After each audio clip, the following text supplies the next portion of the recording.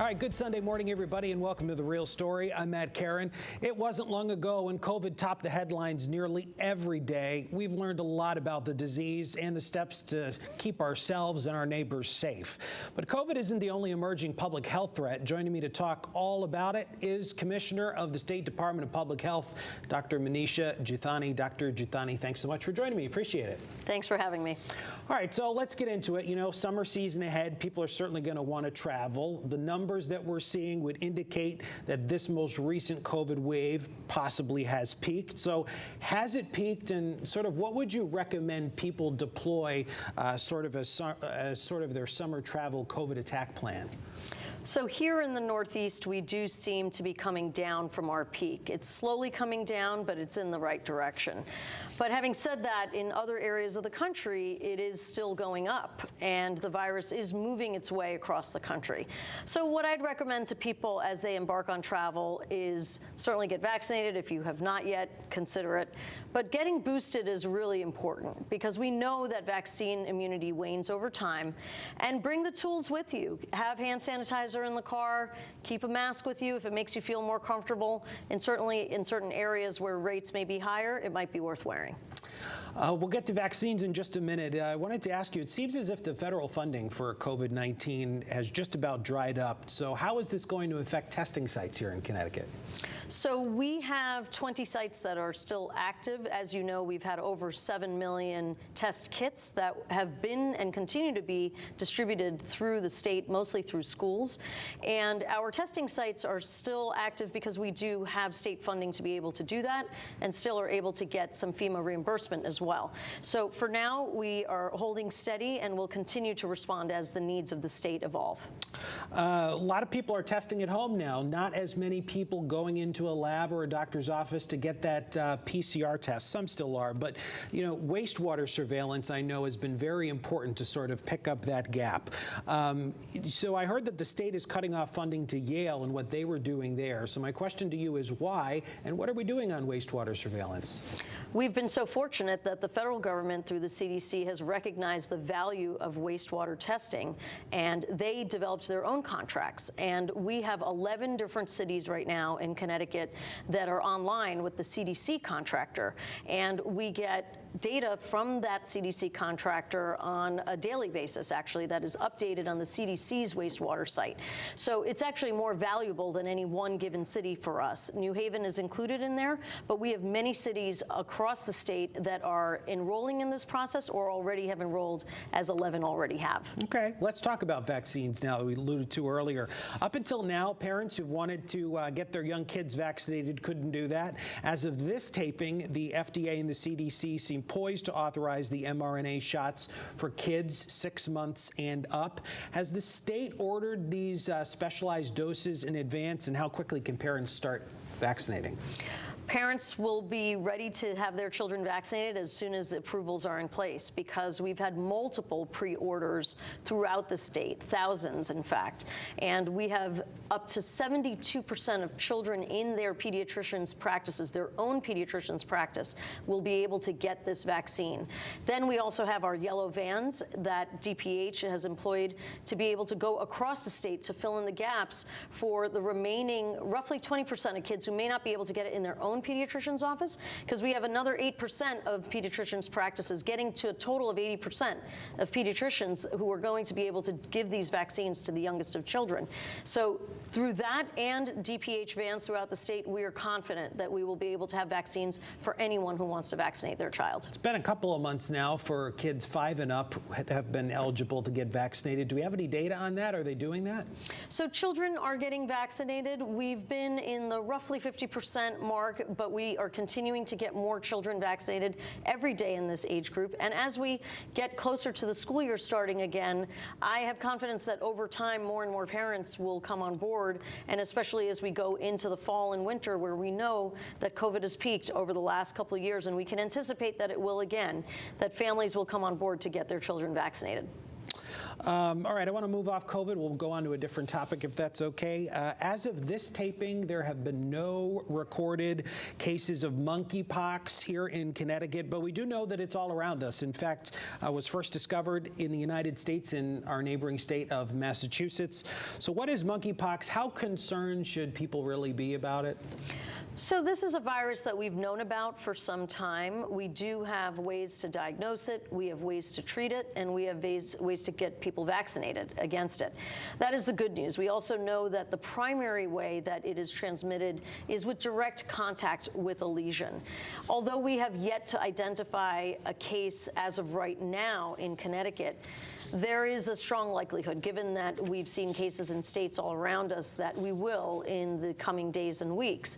And so what our efforts right now are on educating the public on how you might be able to get monkeypox, and then really presenting to a provider and educating providers on what to look for. So looking for that characteristic rash, or even if it's not a characteristic rash, but you've traveled somewhere where there may have been monkeypox, or been in crowds where somebody else may have had monkeypox and had close contact with somebody, those are the things we want people to be aware of. Do we have a vaccine for monkeypox, and should we be using it? So there is a vaccine, but because this is not a widespread illness that is spreading at a rate which would be widespread, there is not an indication really to vaccinate large swaths of the population. We certainly want people who are working in labs and doing these tests to be vaccinated. If you've been exposed to somebody who has had monkeypox, particularly in those first 4 days, it can be a good method of pre-exposure prophylaxis. One of the good things to know about monkeypox is there have been over 2,000 cases identified in this outbreak in the entire world, and there have been no deaths. So that's the good news of this virus, and something that can be reassuring. You mentioned the lesions being the primary mode of transmission. So would masks not help?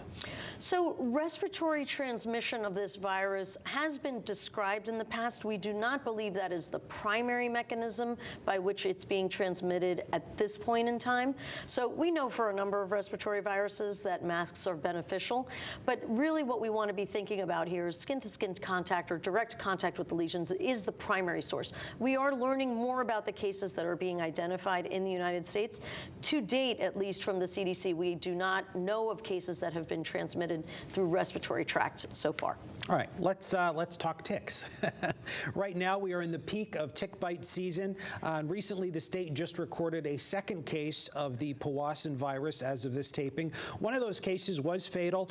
People have heard about Lyme disease before, other diseases. What are the symptoms of Powassan virus? How lethal is it? And what are some tips for people to avoid it? So the major way that you can avoid it is doing tick checks and being aware of exposure. So, you know, we all want to go outside at this point in the pandemic, in this point of the season. This is the best time in Connecticut to be outdoors. I wouldn't discourage that. But if you're going to be outside, try to avoid high grass. If you're going with your dogs, you know, pat down your dogs before they come back in, and do tick checks of your young children, because that's the biggest way that we can avoid this virus. As for the virus itself, some of the common signs of infection would be fever, chills, changes in mental status, and particularly our oldest adults are the ones that would be most susceptible to getting more severe forms of the disease.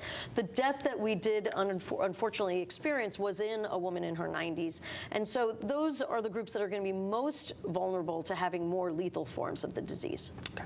I want to switch to something a lot of moms, a lot of families are thinking about, the baby formula crisis. We've been covering it a lot. There are some signs that the shortages are starting to ease, but it's still especially hard for families, especially if they have their child on a specialty formula, to be able to access that. And for the DPH-run WIC nutrition program, a lot of those families I know are still struggling. So what is DPH doing to make sure that the store shelves are stocked as quickly as possible?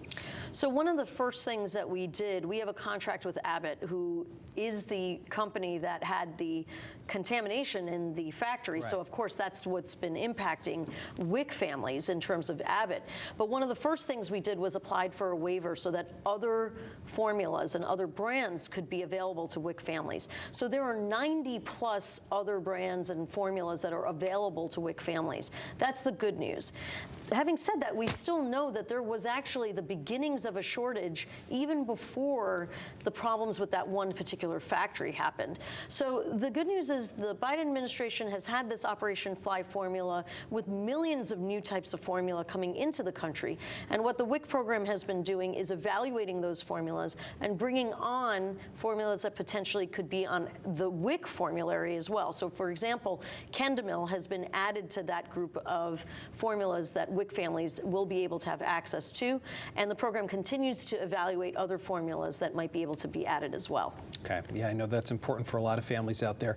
At DPH, you recently updated your guidance on the action levels for PFAS chemicals in a public drinking source. There's emerging science out there, as you know, that these man-made chemicals, which are found in fabrics, cookware, food packaging, and other things, can be harmful even at low levels.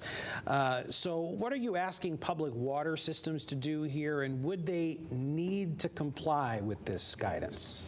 So this guidance is really that. It's guidance. It's non-regulatory. We are not mandating things at this point in time. However, we are alerting public water systems that we are now reducing the levels that were previously stated for where we have seen animal evidence of health effects.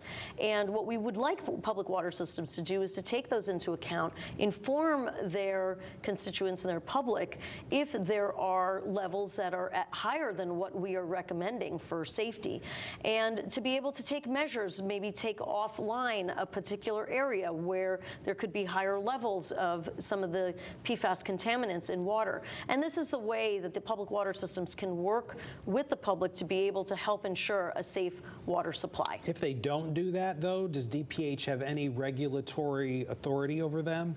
So we are working with water systems to be able to help get them in line, help them have access to the various different resources. So for example, through the bipartisan infrastructure law, we have additional funding at DPH to allow water systems to apply for remediation through funding that they can receive. And yesterday, the EPA announced an additional $1 billion that our DPH, Connecticut DPH, will be applying for as well, so that we have the resources to enable water systems to be able to get the systems in place to make the water as safe as possible. Okay, Dr. Manish Juthani, the Commissioner of the Department of Public Health. I think we covered a lot of ground, a lot of topics. I appreciate you coming on. Great questions. Thanks for having me. Thanks a lot. All right, coming up next on The Real Story, gas, diesel, oil, electricity. How expensive can it all get? What forces are at play in the global market? We're getting you answers with the Connecticut Energy Marketers Association.